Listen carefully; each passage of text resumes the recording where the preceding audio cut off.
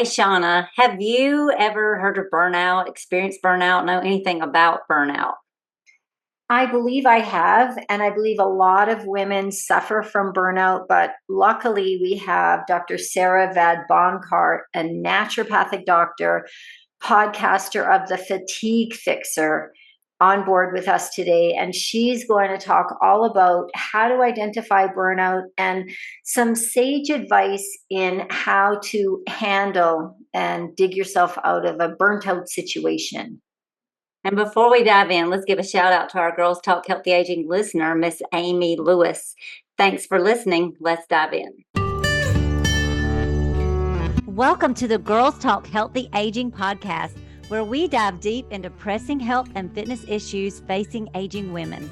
I'm Alli Kerr. And I'm Shawna Kaminski. And together we'll bring candid conversations, expert advice, and personal stories that will inspire and empower you on your own wellness journey. Welcome back, Dr. Sarah. I've got to say it right, Vadeboncoeur. Perfect. You got it. We really appreciate your second visit to the Girls Talk Healthy Aging podcast. Welcome. Thank you. I'm excited for this conversation. So we've got lots of plans of what we want to talk about, but before we dive in, I really want you to help us, just to clarify what a naturopathic doctor is, or an ND, to kind of help our listeners understand the legitimacy of your qualifications, because there's so much out there that is less than legitimate. Indeed. So this will depend on where you live, but in a lot of provinces where I live in Canada and in a lot of the states, naturopathic doctors are regulated, meaning you have to have a certain amount of education, you have to write licensing exams, you have to carry insurance, and you have to follow lots of different rules and regulations in order to have that title of naturopathic doctor. And naturopathic doctors are regulated in the same way that other healthcare professionals are, whether that's a therapist or a medical doctor or physio. So if you're working with a naturopathic doctor, in some states it will be a naturopathic physician, you can expect a certain level of like training and education. Whereas the word naturopath is not always regulated. So where I live in Canada, just literally across the river from where I live in Quebec, anyone can call themselves a naturopath. They need very little education. Pretty much anyone can call themselves that. So it is a bit of a buyer beware situation. So if you want someone who has education, training, and regulation, you want to be looking for a naturopathic doctor or a naturopathic physician, depending on where you live.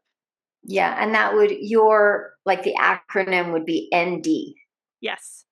ND. All right. Well, thank you for clearing that up, because I think that is so important. It's so frustrating as like coaches and fitness trainers, to have anyone slap an unregulated industry, to have anyone slap up the title, and you must be over the top frustrated with that as well. Yeah, I mean, the wellness space in general is very crowded right now. I'm sure you see this as well. And there is, I mean, people just want help and they want information. And sadly, some of what they are exposed to is not helpful and sometimes harmful. So, yeah, I think it is helpful to make sure that you're working with someone who's got training, knowledge, and experience to properly guide you for sure. Yeah. So the topic today that we want to talk about is burnout. Hmm. And as the author of the Fixer podcast and your wealth of information, let's dive in with defining burnout for starters. So, burnout is generally seen as like a workplace phenomenon. But there is also parental burnout. And if anyone Mhm. has children who is listening, as I do, I'm sure that will not surprise you that parental burnout is a thing. So is caregiver burnout if you are caring for children or someone who is ill or elderly parents. But most of the information we have comes around workplace burnout. And there's typically three things that we see that are going to help to define burnout. The first one is fatigue or feelings of energy depletion, right? You're tired. The second one is more on the psychological front, and that's actually that people start to become very negative or cynical about work. So that can sound like, I don't really care about this. Why am I doing this? What's the point of all of this? So you're still going to work, but you probably don't really care about it. You might also start to see your coworkers or your boss in a more negative light. And then the third one is reduced professional efficacy, which is a fancy way of saying it's either harder for you to do your job, it takes you longer to do your job, or you're just not able to perform at the same level. Now, part of what I'm sure we'll get into today is that so many of the women that I work with, because they are such high performers and high Mhm. achievers, is they will burn themselves into the ground long before their performance at work starts to suffer. So that's one of the things that I just want to make very clear, that just because you are going to work and you're putting out good work does not mean you're not burnt out, Mm. because that third part doesn't always show up right away. And especially in the early stages of burnout, people who are burnt out can often be very high performers. They're often the people who get rewarded at work with raises and promotions because they work their tail off. And that Mm. is part of what eventually brings them to burnout. And then with a parents, Mhm. maybe someone is in the workforce and doing the mom thing for our ladies out there listening, or maybe they're doing the mom thing full time. And now school's starting back. We just had summer. We've got I mean, this is just a crazy time for moms and grandmoms too. But as school schedules change, what are we seeing, or what are you seeing in that world of with the parental? I think that's something, Mhm. especially for mamas out there right now with school starting back. Yeah. What's going on in their world right now? What I find fascinating with parents and moms in particular is that moms nowadays actually spend way more time with our kids than moms did in the 70s and 80s. And yet, most of us feel like we are never doing enough. We always feel guilty, and we always feel like we need to be spending more time with our kids. So, part of it, I think, is just the way that modern parenting has been done is it's super energy intensive because you are Mm. with your children a lot, and anyone who has hung around kids, like, they require a lot of energy, physical, mental, and emotional energy. And then you look at, again, the way that most of us parent is we're not greatly supported, right? We don't have a village helping us. We're often trying to do everything on our own, especially if you are a single parent or you're separated from your spouse and you're parenting alone. That is a huge risk factor for burnout. And then what I see a lot of is that moms will have multiple kids in sports and activities, often very competitive level sports. So any free time that they have is spent shuttling their kids around, sitting at games and in arenas. And part of what we see with burnout, which is true whether this is happening on the home front or at work, is when people get tired, in order to preserve their ability to do their main job. So, whether that main job is going to an office and doing something or parenting, they will drop all the other things that they think they don't have the energy for, which is usually self care, it's usually exercise and time with friends, right? All of the things that actually make life enjoyable and meaningful get dropped, and we're pouring all of our energy into that main thing. And that also makes burnout worse because now all of the coping skills and all of the things that actually would help you to be more resilient, you've stopped doing them because you either don't have the time or the energy. And moms are some are getting older. Like people are waiting longer to have kids, Yeah. and so then you throw on that like kids, and then you're also possibly taking care of parents, and then perimenopause hits at that. I mean, that's got to be wow. And then you've got career thrown into that. I mean, women are just in a mix of craziness. It's just wild. Yeah. I mean, I talk a lot about like energy givers and energy takers. And if you look at women in midlife, there are a lot of energy takers, right? There are often career energy takers. A lot of women in our 40s and early 50s are in the peak of their career. They're Hmm. maybe going through perimenopause, so their mood might not be as good. Maybe they're not sleeping well. Like you said, maybe they're still caring for kids and have aging parents.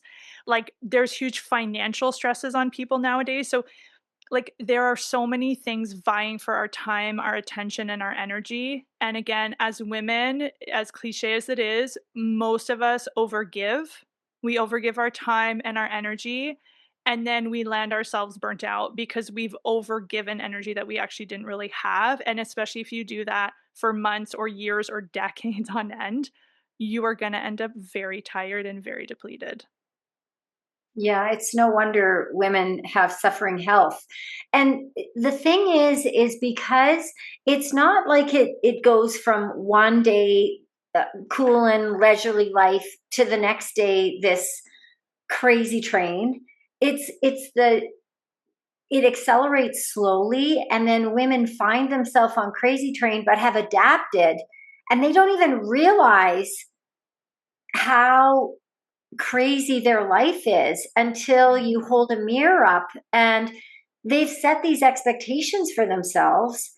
So, how do we slow the train down? How do women cope? What can we do?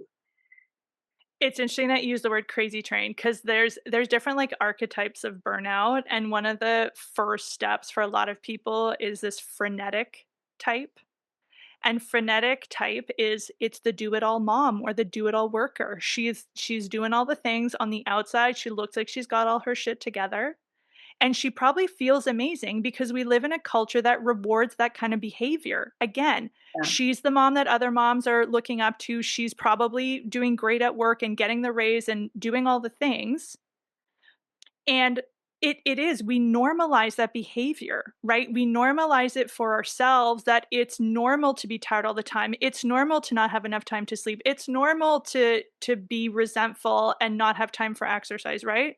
So when you have normalized that for yourself and you look around and all the other people you know are kind of doing the same thing, you don't think it's a problem. Hmm. So it is really hard to like sit back and realize, wait a minute, is what I'm doing like healthy or sustainable? Yeah. And so part of it, I think, is on an individual level, is looking at if your life leaves no room for friends, for sleep, for exercise, and for hobbies. Ask most women, like I love doing this. I ask women what their hobbies are, and they look at me like I have three eyeballs. They're like, what? I'm a mom. I don't have hobbies. And I'm Yeah. like, that's a huge problem. Yeah. Like, and this could be a whole other episode on parenting, but like, when did we decide that our kids' hobbies and sports were more important than ours? Yeah, Hmm. I think we Right? should talk about that. We're going to interrupt this interview for just a second because we've got something we want to make sure that you know. If you're struggling with your health, with your fitness, if you don't know where to start or you know what to do and you're not doing it, we're here for you. And all you need to do to get our help is to reach out to Shawna and I at our email, sapodcast23@gmail.com. And we're happy to help and we will be in touch. Now back to the show. That is something that I definitely see happening. And you mentioned that our parenting is different now and we spend more time with our kids. How has our parenting changed? Can you kind of give us some like what did it look like and then where are we at now? Yeah. I mean, I think in general, because we are having kids older, we have more resources and we're having fewer kids. So we have more energy to pour into the children that we have. And Yeah. again, culturally, there's been so many shifts where we think our kids are safer in our house as opposed to outside. So we kind of keep them in our house. We're watching them, we're entertaining them, we're making sure they don't get hurt. Like, I think there's so many ways. When I grew up, I'm 43 years old. So I grew up in the 80s and 90s. I was never in my house. I was Mhm. outside and I got called in for two reasons. One, dinner, and two, bedtime. And otherwise, my parents did not really know where I was. I was roaming my neighborhood with all of my friends. But like, I never see kids roaming my neighborhood. It's very rare to see kids roaming the neighborhood. So I think there have been lots of different ways in which we parent that, again, have made it way more energy intensive. Mhm. And again, depending on when you grew up, maybe your mom did or didn't work outside the home, whereas now a lot of women are working outside the home. So, on top of parenting in a more energetically draining way, we also often work outside the home, Mhm. right? So, it's like all of these things, again, are vying for our time, our energy, and an attention. And if we're not very conscious, right, to go back to Shauna's question, if you're not conscious about how you use your time, your energy, and your attention, You're going to go into just what you've always done. You're going to go into what feels easy and what everybody else is doing. And for most people, it's overworking, it's overgiving, it's sacrificing, again, the like sports and the sleep and the hobbies. And then we wonder why, even though we spent our whole day being productive, we don't go to bed feeling amazing. We still somehow feel like we didn't get enough done. And Yeah. it's not very satisfying to live that way, because if your life, if your day is just a long list of to-dos, that's not a very satisfying way to go through life. Yeah. Because you're not getting any of the to-dos on your own list done. And the whole concept of filling your own cup first, putting your own oxygen mask on first, is gone by the wayside. 100%, especially for moms, right? Yeah. We've like created this narrative that the way that you're a good mom is you sacrifice. You Yeah. sacrifice yourself for your children. I don't ascribe to that. I think that's a very harmful narrative. And I do think that is a big part of why so many moms are in poor health, whether it's physical or mental or emotional, is that we sacrifice ourselves for way too long, and we somehow convince ourselves that that is good for our children. I believe that what's good for children is having a healthy and happy mom.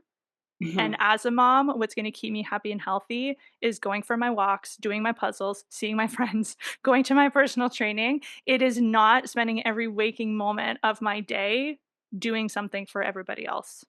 And how do Yeah. we change that? Because that is, I mean, that is what I see is that so many women that do not are not on the list at all, No. on the priority list, and just don't feel like they can. I think one thing, and you can tell me if you see this, when you get into that hole of burnout, you can get so deep that it's just really hard to see any way out. Like you just don't even feel like there is a way out. Like, how do I do it different? This is all I know. So how do we do it different? Yeah, I mean, in an ideal world, we would all realize that our health needs matter, but that's not the world we live in. So, especially for people who have a hard time like prioritizing their own needs, I often talk about modeling. So, if we do not want our children to feel the way we feel when they are our age, we have to show them a different way. And I Mhm. think this is true whether you have boys or girls or whoever your children are. We need to model something different. Otherwise, they grow up seeing that mom is the one who does everything. Mom cleans up after everybody. Mom makes sure that everything happens. And they're going to just duplicate that when they grow up in their relationships. And mom's needs come last. I mean, A that's what I hundred think we're percent. teaching our It so is. many. And I think that's a bit like maybe confronting for people. And I think we need to remember that what you say as a parent doesn't matter as much as what you do. Kids are very observant. So even all of the nonverbal behaviors, they're watching that. They're watching who's the one who always makes dinner, who's the one who's doing the groceries, who's the one bringing me to like they observe all of that, whether it's conscious or not. So if you can't do it for yourself, think about your child or children and think about what you want them to learn about rest, right? I always use this example. If your child or your dog was tired, what would you tell them to do? You would tell them to rest. If your child or dog was sick, you would take them to the doctor. And yet we don't even take care of ourselves like we take care of our freaking dogs, Yeah. right? So We're so low on the list. There, so yeah. low. We're literally we're the last thing, right? And the last thing never gets attention because there's no energy left by the time you get to the end of the list. So I'm very mindful of what I am modeling for my son, both as like his mother, but also in terms of the dynamic between my partner and me. Um, so the way that I think about it is when I want to go for a walk, the kind of like guilty mom part could say, "Oh, I should stay and hang out with my son. I haven't seen him that much." And certainly and sometimes he's always like, "Mom, don't go for a walk. I want you to hang out." And it's really hard. But I reframe that I'm showing my son that my movement needs matter. I'm showing him that moms get time on their own. And I'm also showing him that I can still make exercise happen even though I have a busy schedule, which is something I want him to carry forward when he's an adult. So it doesn't mean that that's going to happen quickly or overnight. It doesn't mean every day is perfect. That's not the goal. But again, if you struggle to put yourself on the list, think about, again, what do you actually want to model for your children, not just in theory, but in practice. And that can be at least a starting point for making some changes.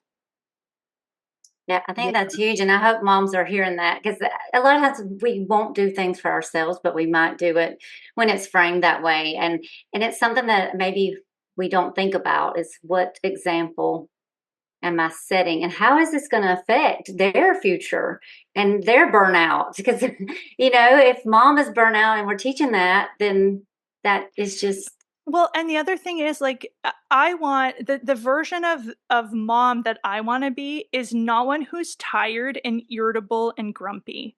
And yet a lot of us, we give all of our best energy at work if you work outside the mhm, home, and then our family gets the, like, leftover, like, impatient, irritable, not fun. And I noticed this, like, this is always a sign for me that I'm not managing my energy well, is when my son's very active, he'll ask me to play, and when I hear myself saying, "No, I'm too tired. No, I'm too tired," I'm like, "I haven't got my priorities straight."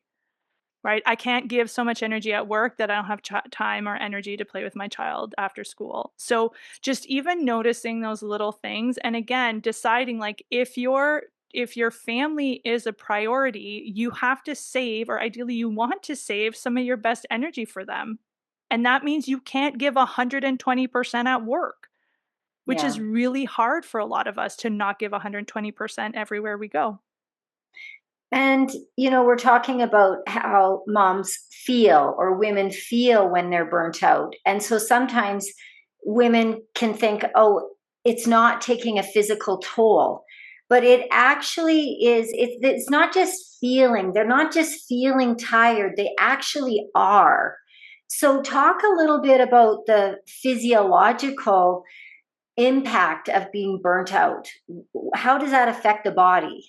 Yeah, great question. So there's the, like, fatigue part is the most obvious. If you are burnt out, you have a 46 time greater risk of also having major depressive disorder. So there are very real impacts on mood and mental health. There can be increased risks of suicide. There can be sleep disturbances. There can be metabolic disturbances because we know that stress has a direct impact on metabolic health. And when I'm talking about metabolism, I'm talking about things like blood pressure, blood sugar, but also weight. Eating behaviors are influenced by people's burnout. So yeah, it's not just a feeling of burnout, and I think that's a really good point because going back to what we see on social media, people throw the word burnout out like it's kind of like ADHD, like people just label themselves with these things. And burnout is a very specific syndrome. Again, there's very specific criteria. There are, like, checklists that you can go through to, like, confirm that that's what you have. And the other thing I'll say is that being tired also doesn't automatically mean you're burnt out. You need to rule out other things like depression, like iron deficiency, like thyroid conditions, because a lot of those can look similar. So that's a big part of the work that I do is I'm screening my patients when they're tired. Is it physical? Is it burnout? Is it emotional? Is it a mix of these things? Because then we can pick the right treatment approach for them. And I And think we need someone like you. Like sometimes we need an outside person because it's hard when it's you to figure that out. And yeah, like your last y'all check out episode 50 when Sarah was on called Listen How to Listen to Your Body. But that is tough, how to listen to our body and our mind and figure out, if we're in a place that is that downward spiral and having somebody, so you do some kind of assessment, or what tools do you use to determine burnout? And are there tools that people can access that are listening? Yeah, there are online tools. So the Maslow burnout inventory is probably the most common one. So it's a set of different questions that will screen for the kind of those three things. So again, the energy depletion, the feelings of negativity or cynicism, the reduced work performance. So you can go and check out something like that. So I'll use stuff like that. I'll run blood work again to make sure that there isn't something else going on. Mm. We can do mental health screenings. But one of the things I see a lot, and I'm thinking of one patient in particular who I've been working very closely with who is dealing with burnout. There's still a lot of, like, denial about burnout, right? Like, people don't want to acknowledge that they're burnt out. And the other thing I find is that people, especially people who are burnt out, are the most resistant to take time away from work, right? They feel like if I take time away from work, I'm going to let people down, everything's going to fall apart, or when I come back, I'll just have even more work. So what's the point? And taking time off work on its own is not going to magically solve your burnout. But for some people, it is necessary to get away from the environment that created the burnout to at least have some time to reflect and to look at what you are doing and not doing, and just to take away the like energy drain of work so you can finally start to address your burnout. And I think one of the issues with people that are experiencing burnout is, and I have clients like this, that they would just like a pill. Maybe it's just my thyroid. So maybe Mhm. I could get some medication, or I could try this supplement, when it's behavior modification and it's learning to say no, possibly. That's very difficult. Is that Yes. your experience? Everyone wants the pill. I mean, we're literally like, let's call it what it is. We're putting adult women on stimulants more frequently through Mhm. ADHD medications and other. And there's nothing wrong with ADHD medications if you have ADHD, but I see women who are literally put on stimulants because they are so tired, and that just feels like the easy way out. So, if you don't have a thyroid condition, if you don't have ADHD, like taking these medications are not going to help you. They're not fixing the actual problem. And the underlying problem for a lot of people in burnout, number one, is organizational. A lot of people work in workplaces that are not healthy or friendly for workers. They encourage overworking, they encourage overtime, they encourage answering phone and email all the time outside of work. Like it's just like it's an unhealthy work environment, right? In an ideal world, we would fix our work environments, and some organizations are better at doing that than others, but a lot of them are not doing that.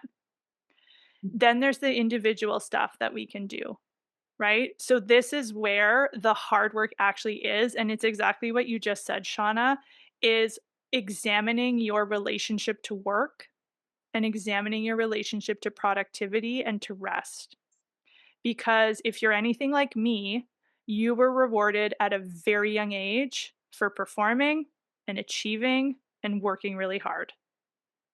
And so, if you grew up with your parents rewarding you for being a good student or good athlete or whatever good thing you were, you internalize that when I do that thing, everyone will like me and I will be rewarded. And so we grow up doing more of the things that we get rewarded for. And again, in this society, what you get rewarded for is working really friggin' hard. Yeah, I'm Mhm. just thinking, when did I ever get rewarded for like resting Never, in yeah. life? Yeah. Yeah. And I think, and this is a question I ask my patients, and a lot of times their parents would comment on people being lazy, on people not resting. So yeah, whatever, again, going back to the modeling, we didn't land here by accident. We landed here as a product of our upbringing. So what was your family modeling in terms of work versus rest? And then what are the people around you at work showing you is acceptable, Yeah. right? And well, rest is just not something that I just don't know that we put it on the radar. With fitness, people just want to go, go, go. And, now recovery is becoming like a buzzword, and it's becoming more, getting some press. However, clients, I mean, they are just like, go, go, go, go, go, Yeah. something. And with the supplements, I um, was just doing a consult with a potential client today. And when I do these, I have one of the questions is, are you taking any supplements? And then what? And it just amazes me how many supplements we are taking now. And especially as we get 40 and older, it's like now you got to add this and this and this and Yeah. that. There's a lot of things that we're taking and money that we're spending and time. Yet And we're not doing the things like getting a good night's sleep, rest and recovery in between our workouts, not being working ourselves to death, not overloading ourselves with responsibilities. So yeah, we're taking the pills, whether it be because it feels, prescription yeah, or non. or not. Agreed. I literally just de-prescribed 10 supplements to a patient before this call. So yeah, I hear people are over supplementing. And if you think you're going to fix your burnout with a supplement, I'm sorry to tell you, you're in for disappointment. There are some supplements that can be helpful, but they are a small part of the puzzle. Going back to the rest, I honestly believe, and I know this is true for me, that again, because we have been so rewarded for productivity, rest feels deeply uncomfortable for a lot of women. We don't Yeah. like it because when we do it, we feel guilty or Yeah. anxious. Yeah. And when someone asks someone else, how are you? It seems like a badge of honor to say, I'm busy. And the busier you are, then the more important or more validated you feel, when you would do much better to be saying, hey, I feel really rested, but that would sound odd. 100%. Yeah, because we don't respect and acknowledge people who actually do rest, Which Yeah. right? makes it hard to change the conversation at work, at home. So how do we change the conversation? How does Shawna and I change the conversation? How does mama over here, how does work life career woman over here, when we don't work in an environment that gets that, or we're not around people that society does not reward that, how do we make it better? Yeah. I always go back to priorities, and technically it's actually priority. So until the Industrial Revolution, priority was a singular word because technically there can only be one most important thing. And then we had the Industrial Revolution and we wanted lots of people to work really hard, and we all of a sudden changed it to priorities as if multiple things can be as important at once, which they cannot. So the number one place to start is, what is your actual number one priority? If shit hits the fan, what is the number one thing that you want to have time for? That might be your family, it might be your job, it might be your health. The answer, there's no right or wrong answer. You need to be honest about what your answer is. Now, if your answer is not work, you need to make sure that you are actually putting, again, your time, your attention, and your energy in that place that you just said is most important. That might be starting with 5 minutes a day, if right now you're not putting any energy there. But I like to think of like voting with your time and attention and your energy, right? Most of us vote with our time, attention, energy to work and busyness and doing all these things. And then we wonder why we have no energy left for the other things that we said were important. So it could look as simple as, I'm going to take a 5 minute walk. Literally, I'm going to walk around my block or walk to my mailbox for 5 minutes. And if you're listening and you're like, well, that's ridiculous, the point of the 5 minutes is not that the 5 minute walk is going to change your life. The point is that you're casting a vote towards that thing being important for you. And once you consistently do your 5 minutes, maybe you'll say, you know what, I actually can do 10 minutes this week. Mhm. And you build on it. So most of us are not going to radically overhaul our lives, nor do we need to. But we do need to be really honest about what is important, and do our actions reflect that? Because for a lot of us, they don't match up at all. Yeah. And I really love that strategy because it removes all obstacles. When you ask someone, can you give yourself 5 minutes? Everyone should like be able to give themselves more. But when the small ask is 5 minutes, it's kind of like resistance, progressive resistance for weight training. All right, you're picking up 5 pounds. Now you're picking up 7 pounds. So then you've kind of got your foot in the door and you can kind of open it up.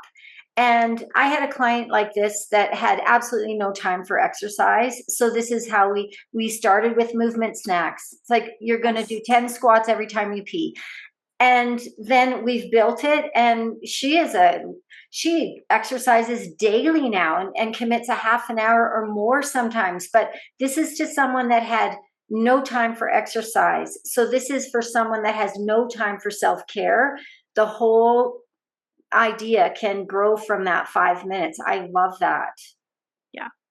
And again, it's especially for someone with burnout, you want to make it manageable because people are tired. So don't prescribe some big plan. They're not going to follow it. So yeah, I love that idea of like starting small, make it super achievable and build over time.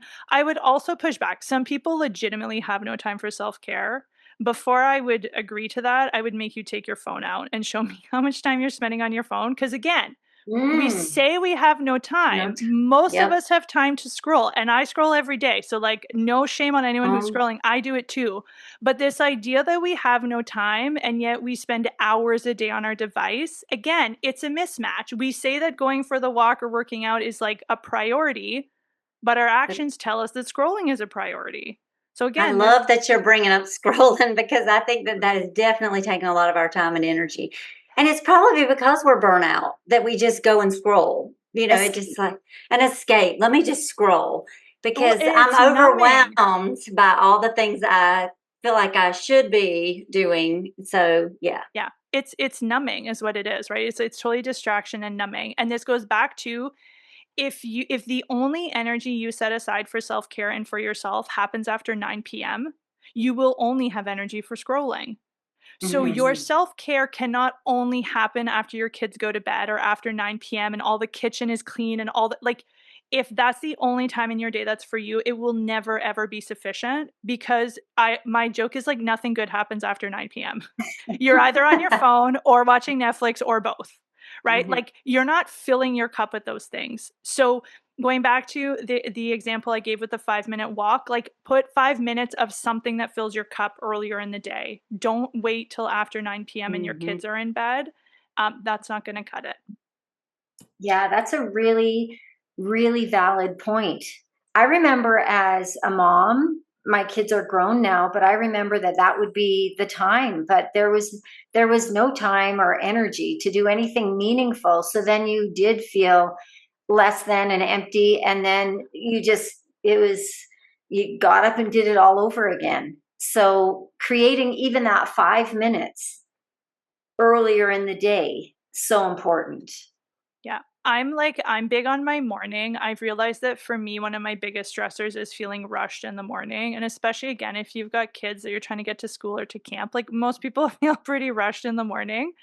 So for me, just some simple things I've done is while I boil the water for my coffee, which literally takes 5 minutes, I have two books and each one has just like a short daily passage. I read those and they're like nice little inspirational things. And then I take my cup of coffee, and at this time of year when it's warm enough, I sit in my backyard and maybe I'll do the Wordle or I'll just sit. Like, again, I haven't quit my job or like changed my whole life. I'm literally just drinking my coffee with intention. And again, my child is 9. This may be very difficult if you have very small children and toddlers. But again, are there opportunities to take something you already do in your day and just to do it with more mindfulness? It could literally be brushing your teeth, and instead of doing your grocery list in your head at the same time, you're literally just breathing and you're like paying attention to the taste of the toothpaste and like the feeling of the toothbrush. Like it doesn't have to always be something you add onto your list. It can be that you do something more slowly.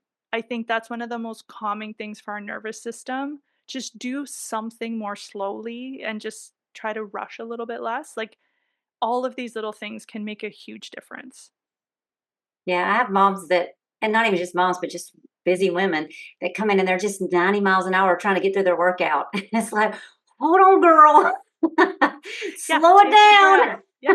It's like we're not, this is not a race. It's so, let's just take it down a few notches. But that's like just tells us that we're just in that gear. We're just staying in that wild, 100 miles an hour gear. And we sometimes have trouble, even when we're doing something for ourselves, like working out, it can be hard to gear down and say, okay, I can breathe.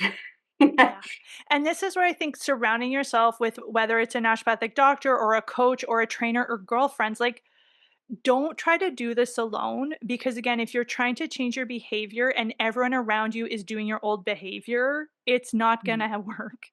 So Yeah. maybe find a girlfriend, a coach, someone who you can check in with, someone who you can be accountable, someone who doesn't have that frenetic energy that Alli was Hmm. just talking about. Because what I see, and I'm sure you see this too, the people who come in hot like that, like 100 they suck at resting.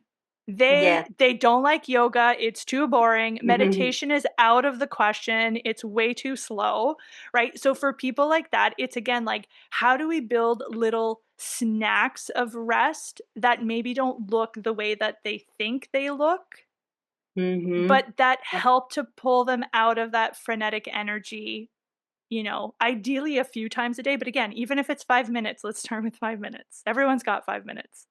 I'm always talking about movement snacks, but I love that rest snack idea. A rest snack doesn't have to be a nap. It could be the Wordle where you just like, or, brushing your teeth and Yeah. Or stretching. I mean, I said I'm 43, like sitting in a chair is my new nemesis. Like my body just hates yeah, sitting. So it could be a 5 minute stretch break. It could yeah, be going outside and just sitting for 5 minutes and looking at your garden or looking at birds. Like, don't overcomplicate it. We have made yeah, health and wellness so complicated and it really doesn't need to be. But yeah. yeah, especially if you're someone who really struggles with relaxation, practice 5 minute somethings. Love that. Question is, I have, as Alli does, clients that are whirling dervishes and they have a million things going on and then they're rushed into a workout and they're feeling stressed in their workout, might be starting to feel under the weather, but they're still pushing. And my advice to them, and I'd like to get your take on this, is I'm telling them that their sympathetic nervous response is through the ceiling. So they would benefit more from some movement. And by that, I mean yoga. Maybe they're not going to be yoga. Maybe walk the dog slowly. Maybe work in the garden. Maybe knit. Like, because Stretch. yeah, like something calming. And it doesn't necessarily even have to be exercise. What are your thoughts on that? I think it's really important to find balance, especially if you are someone who is very like high stress, yeah, go, go, go. Um, Going back to the like physiological cost, there's a huge physiological cost to hanging out in that state. Yeah, You're Mm. using up more energy. Again, there's metabolic cost, there's brain Mhm. memory, like there's a big cost to that. But yeah, again, I truly believe for some people, being in that relaxed parasympathetic state feels very uncomfortable and potentially even unsafe for people if they've never allowed themselves to be in that state. right. Yeah, So I'm a big fan of therapy. I do therapy on a regular basis because, again, I really believe that getting to the underlying root of burnout for a lot of us, at least the way that a lot of my clients experience it, is we have to look at who's driving the bus is the language I use. And if the person driving the bus is your high achiever, hyper productive, go, go, go person, no amount of time off work is going to heal your burnout. yeah. So we need to look at like, where did you learn that? Like how is that relationship driving your actions? And how do you create a new relationship to rest, a new relationship to giving 80% and being comfortable that that was enough? Mhm. And more often than not, that's more than enough. Agreed. Agreed. Mhm. It usually is. Like most of us are not going to lose our jobs if we start giving 80% because we've probably giving 120% for a long time. So it'll all even out. You can give Yeah, a little bit less. And yeah, again, if you think about it from your employer, if your boss is an intelligent person, they don't want you to go on burnout leave. So Mhm. if you staying healthy and happy at work means that you're giving 80%, then that is what we should do. The other thing I'll just throw in, because there's another driver of burnout we haven't talked about, is actually boredom. If you are bored out of your tree at work or your life, your relationships, again, you've cut all your hobbies because you're too tired, you never see your friends. If you are bored, that can also drive burnout. It's not just the people who overwork, it is the people Mhm. who are under challenged and who are bored at work. So Mhm. sometimes for those people, the treatment for burnout is actually potentially taking on a new project or a more challenging project that actually gets you back in the game. Mhm. could the boredom also just be stemming from general life like dissatisfaction because you're not doing anything meaningful for yourself? So then everything becomes less meaningful. Yeah.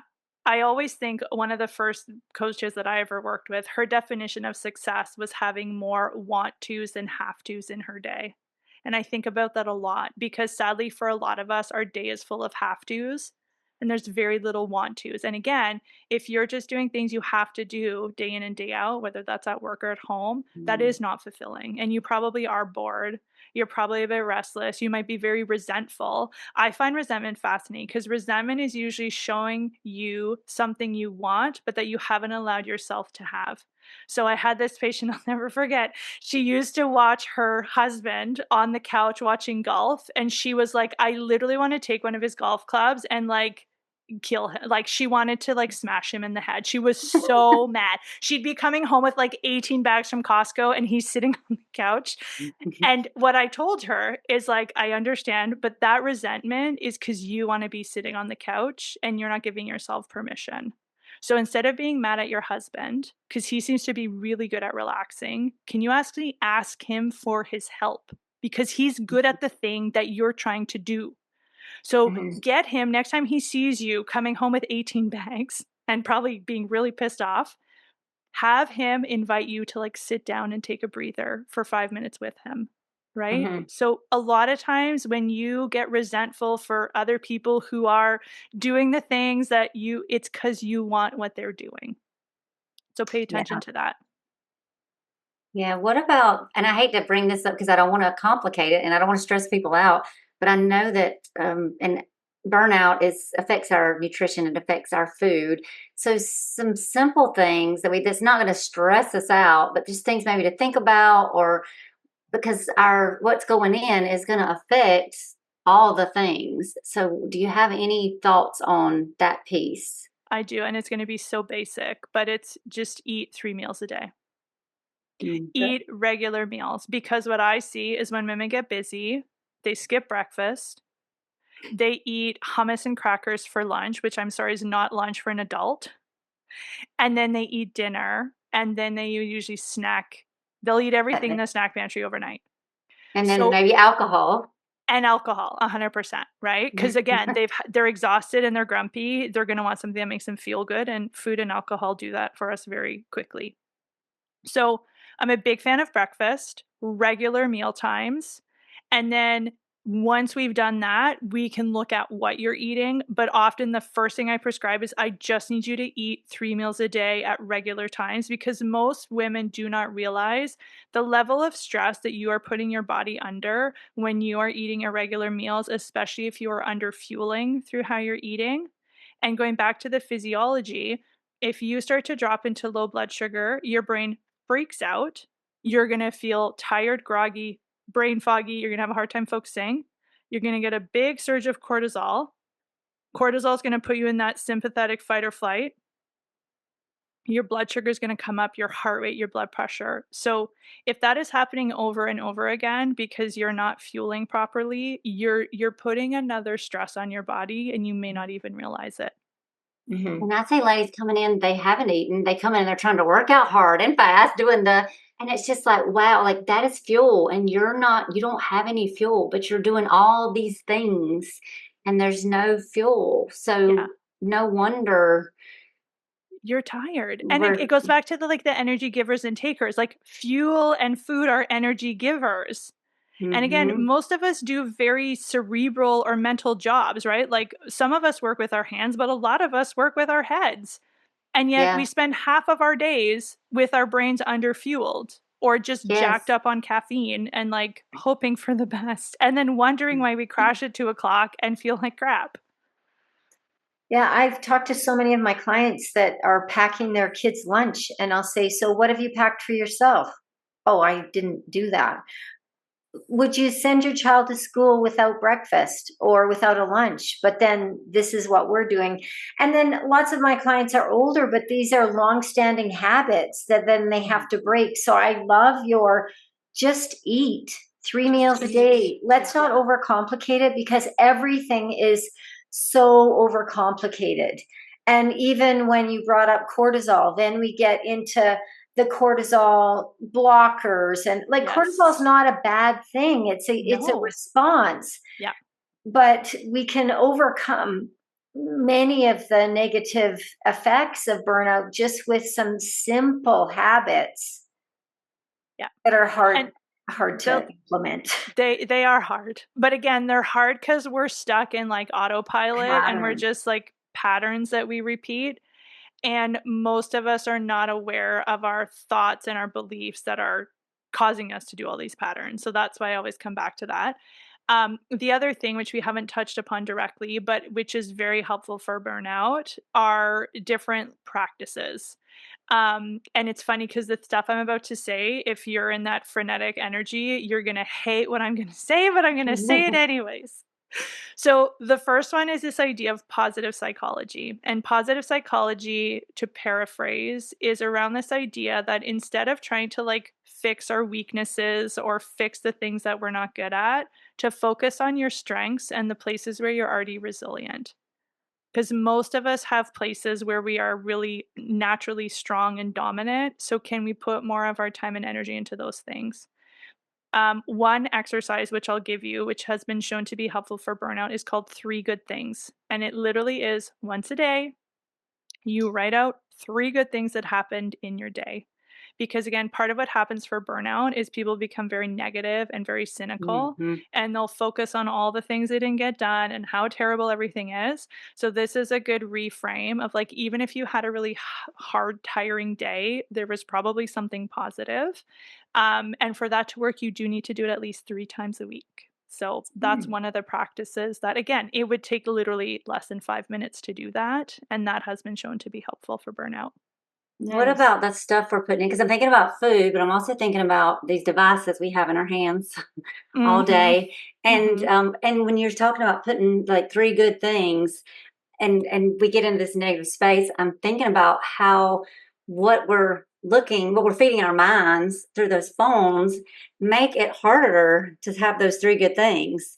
And so maybe we could redirect some of the time to the three good things that we're right now giving so that we're not having to take more time out of our day, but just maybe redirect, because that's I don't know if you work with clients, your patients on that, as far as the negativity stuff, and what are you putting into your what are your eyes seeing that's going into your brain, and how is that affecting your health?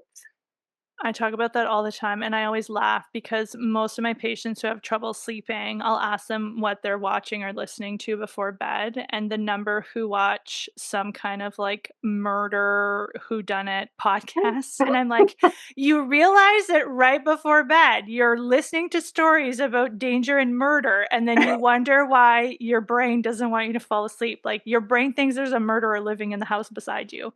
So Yeah. yes, I talk about this stuff all the time, and especially right now, and especially if you are a more like an emotionally sensitive person, which I definitely am, you have to be very careful about what you listen to and what you watch. But also because the algorithm will just send you more of whatever you happen to watch, right? So if you linger on something bad, you keep getting more of that.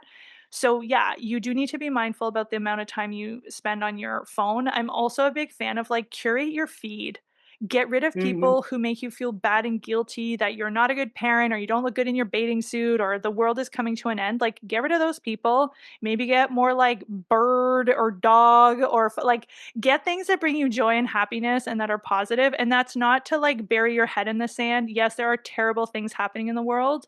It doesn't mean that we need to read and watch it for hours a day. That's not healthy or helpful for anyone. So, yes, be very mindful of what you take in. Some really great advice. Hard pills to swallow for behavior change, but you've broken it down to make it quite simple, which I love. If you had a wish for our listeners, what would it be? My wish would be that you realize that you were not put on this earth to be productive. You were not put on this earth to overwork and burn yourself out. You were put on this earth to have a human experience. And that human experience hopefully includes time with friends and time with family.